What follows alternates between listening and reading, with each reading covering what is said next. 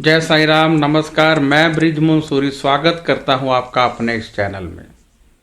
आज हम बात करने वाले हैं कि जब व्यक्ति की मृत्यु होती है तो मटका क्यों फोड़ा जाता है।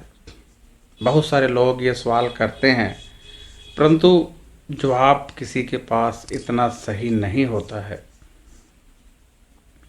आपने देखा होगा कि मृत्यु होने पर जब अंतिम संस्कार के लिए जाते हैं तो वहां पर मटका फोड़ा जाता है। दरअसल हम उस प्राणी से रिश्ता तोड़ने की बाबत कहकर वो मटका तोड़ते हैं कि आज के बाद आपका हमारे साथ कोई संबंध नहीं है, आप हमारे लिए सोचना तड़फना बंद कर दीजिए और अपने अगले जन्म की तैयारी करते हुए अपनी गति होने दीजिए। क्योंकि जब प्राणी शरीर से निकलता है तो वह जीवात्मा होती है। आत्मा और जीवात्मा में अंतर है। आत्मा वह है जो परमात्मा के घर से आती है, जीवात्मा वह है जो किसी जीव के शरीर से निकलती है और अभी उसका हिसाब होना बाकी है। जैसे कोई मर जाता है तो एक अंगूठे जितना शरीर साथ जाता है जो स्वर्ग और नरक भोगता है और उसी को सारा हिसाब देखना होता है। और वह शरीर अपने पूरे जन्म के बारे में जानता होता है और उसका ध्यान पीछे परिवार की तरफ होता है। परिवार रोता बिलखता है तो जीव देख रहा होता है और दुखी हो रहा होता है और उसकी कोशिश होती है कि उसे किसी प्रकार वापस शरीर में छोड़ दिया जाए। इसलिए मटका तोड़कर हम अपना रिश्ता समाप्त होने की बात कहते हैं, क्योंकि शरीर से निकली हुई आत्मा वापस आ जाए ऐसा कुछ तो संभव है नहीं।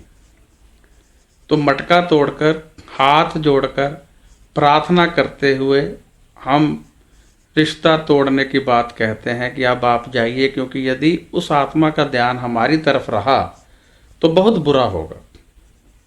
क्योंकि ये जो जीव आत्माएं होती हैं किसी की सगी नहीं है, चाहे आपके अपने परिवार के सदस्य की हो, यदि आपके पास आती है तो आपका नुकसान ही होगा। क्योंकि नेगेटिव वाइब्रेशन का भंडार होता है इनके साथ। क्योंकि ये दुनिया दो वाइब्रेशन से चलती है, एक पॉजिटिव एक नेगेटिव। तो यदि ऐसी आत्मा को हम बुला लेते हैं तो नेगेटिव वाइब्रेशन का भंडार भर जाएगा।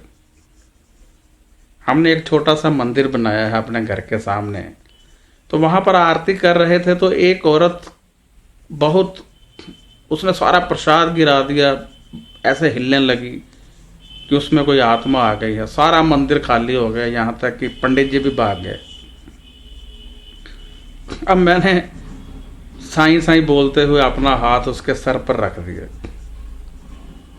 और अपनी पूरी पॉजिटिव वाइब्रेशन उसके शरीर में छोड़नी शुरू कर दी।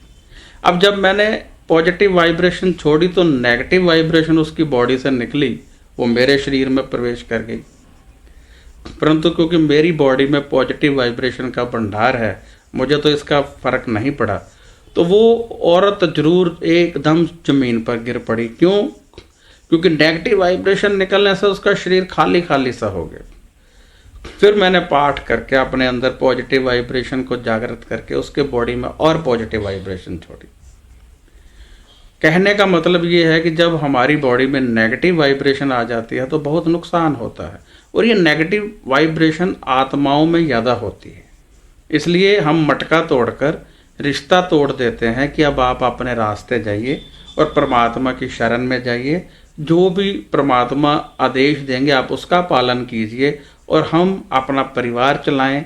आपको याद करते हुए आपके लिए पाठ करें, आपकी गति करें, आपके सभी क्रिया जो कर्म होने हैं अभी जितने भी वो हम करें। ये हमारा एक नाता टूटने का संकेत होता है मटका तोड़ना।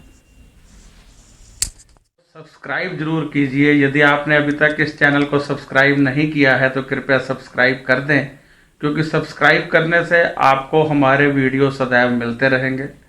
और हम जितने भी वीडियो डालते हैं, ज्योतिष से संबंधित डालते हैं, हम हेल्थ टिप्स डालते हैं, हम बहुत सारी जानकारियां इसमें देते रहते हैं।